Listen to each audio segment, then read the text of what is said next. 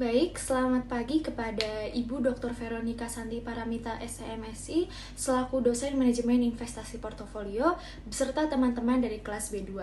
Nah, pada kesempatan kali ini kami dari kelompok 6 akan memaparkan mekanisme perdagangan obligasi. Namun sebelum itu, izinkan kami memperkenalkan diri terlebih dahulu. Untuk saya, nama saya Maria Sanya Medika Putri dengan NIM 511201163. Baik, sekarang kita akan masuk kepada pemaparan materi yang diawali dengan penjelasan obligasi oleh Hairul Yadi. Kepadanya saya persilahkan. Nama saya Hairul Yadi Sofian Soli dengan NIM akhir 165. Saya di sini akan menjelaskan tentang definisi obligasi. Apa itu obligasi? Definisi obligasi adalah surat utang jangka menengah atau panjang yang dapat dipindah tangankan.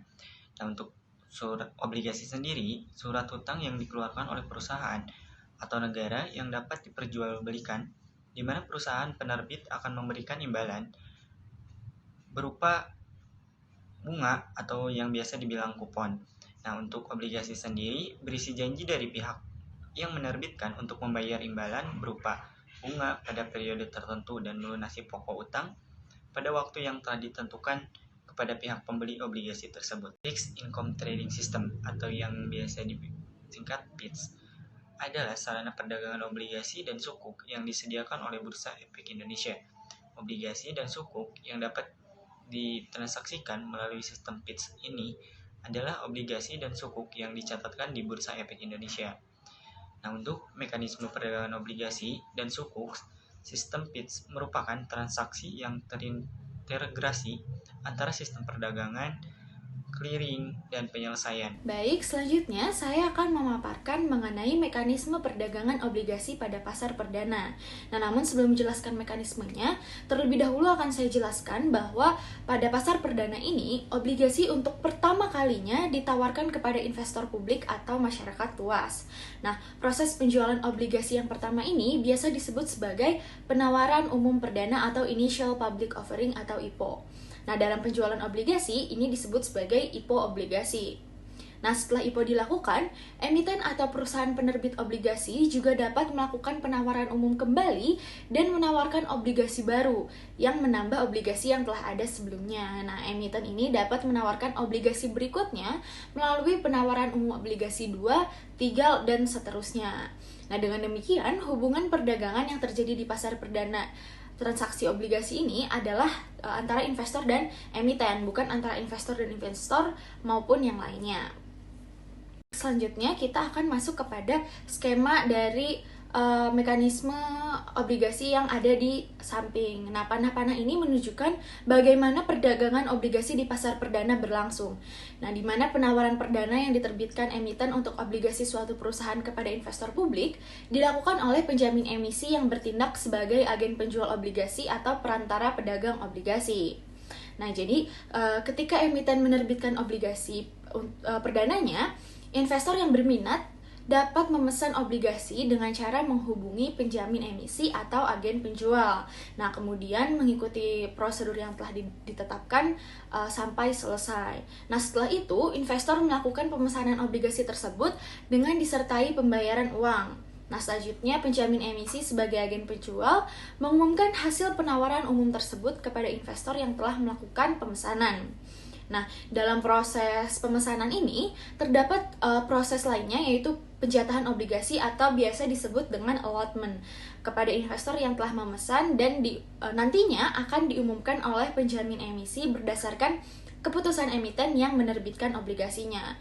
Nah, setelah pembayaran diterima dan penjatahan obligasi dilakukan, obligasi tersebut kemudian didistribusikan kepada investor melalui penjamin emisi sebagai atau selaku agen penjual. Nah, sebagai catatan tambahan, tidak semua obligasi yang dibeli di pasar perdana dapat diperjualbelikan kembali di pasar sekunder. Nah, untuk menjelaskan mengenai mekanisme perdagangan obligasi di pasar sekunder akan dilanjutkan oleh rekan saya, Gina Riana Wati Nur Safa. Kepadanya saya persilahkan. Perkenalkan, nama saya Gina Riana Wati Nur Safa dengan NIM akhir 161. Yang kedua yaitu mekanisme perdagangan obligasi di pasar sekunder. Pada pasar sekunder, obligasi diperdagangkan dengan lebih fleksibel dibandingkan obligasi yang dijual di pasar perdana, karena selalu ada kapan saja dan di mana saja. Selain itu, jatuh tempo obligasi yang dijual belikan di pasar sekunder biasanya lebih panjang, yaitu antara 5 sampai dengan 10 tahun bahkan lebih. Perdagangan obligasi di pasar sekunder ini biasanya telah melalui pencatatan, sehingga dapat diperdagangkan antar investor. Hubungan yang terjadi di pasar sekunder adalah antar investor yang tidak melibatkan emiten. Proses perdagangan atau transaksi obligasi di pasar sekunder ini diawali dengan order atau pesanan untuk harga tertentu.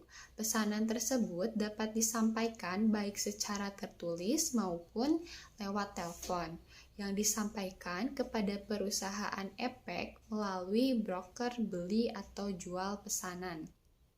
Beli atau jual. Pesanan tersebut harus menyebutkan jumlah yang akan dibeli atau dijual dengan menyebutkan harga yang diinginkan. Selanjutnya, pesanan ini diteliti terlebih dahulu oleh perusahaan sekunder atau lembaga pasar modal. Misalnya, apakah tersedia dana atau saham yang akan dibeli atau dijual, batas limit perdagangan, dan sebagainya. Kemudian disampaikan kepada pialang di lantai bursa untuk dilaksanakan.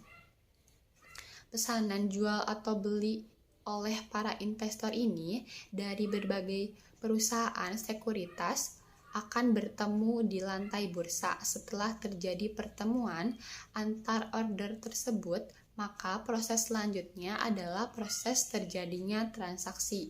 Mekanisme matching ini awalnya berdasarkan kriteria prioritas, harga, kemudian waktu. Mungkin cukup sekian pemaparan dari kami mengenai mekanisme perdagangan obligasi. Nah, sebagai tambahan, kami juga telah menyisipkan video tambahan mengenai mekanisme obligasi supaya dapat menambah wawasan kita semua secara lebih mendalam mengenai bagaimana transaksi obligasi. Nah, mungkin cukup sekian yang dapat kelompok 6 sampaikan. Terima kasih, selamat menonton, dan semoga bermanfaat. Hai, kamu sudah mengerti kan apa itu obligasi di video sebelumnya? Sebelum berinvestasi obligasi, ada beberapa hal yang perlu kamu ketahui. Pertama, obligasi memiliki harga yang dinyatakan dalam persen. Pada saat pertama kali diterbitkan, umumnya harga obligasi adalah 100 atau disebut harga par. Contohnya, kamu menjual obligasi dengan nominal pokok Rp1 juta di harga 100 atau at par.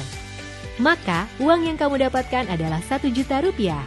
Jika kamu menjual obligasi tersebut di atas harga par atau at premium, contoh 110, uang yang kamu dapatkan adalah Rp1.100.000. Lain halnya jika kamu menjual obligasi tersebut di bawah harga par atau at discount, contoh 90, uang yang kamu dapatkan adalah Rp900.000. Kuotasi harga obligasi di pasar sekunder dinyatakan dalam istilah bid dan offer atau ask, di mana bid adalah harga yang diberikan jika investor mau menjual obligasinya, sedangkan offer atau ask adalah harga yang diberikan jika investor mau membeli obligasi. Kamu juga akan menemukan istilah bunga berjalan atau biasa disebut accrued interest. Misalnya, Adi memiliki obligasi dengan jadwal pembayaran kupon setiap tanggal 10. Adi menjual obligasi tersebut kepada Rangga pada tanggal 28 Agustus 2020. Pada tanggal 10 September 2020, Rangga akan menerima kupon penuh selama 1 bulan. Kupon tersebut bukan seluruhnya hak Rangga. Kupon hak Rangga hanya kupon dari tanggal 29 Agustus sampai 10 September 2020.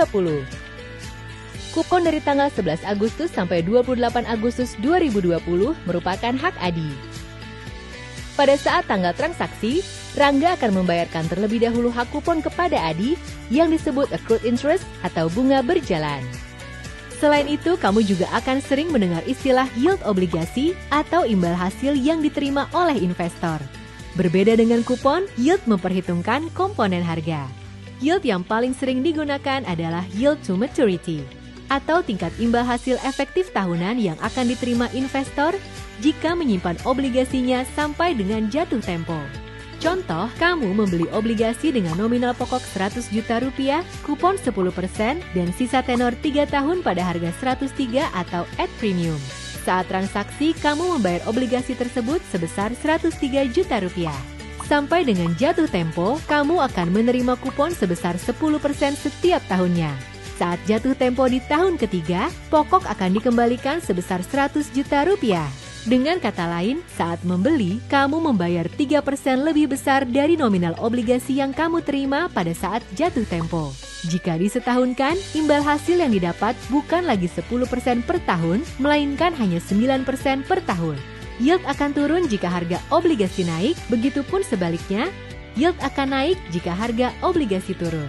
Jangan lupa, untuk obligasi berdenominasi rupiah, setiap kupon maupun capital gain yang diterima akan dikenakan pajak penghasilan sebesar 15%.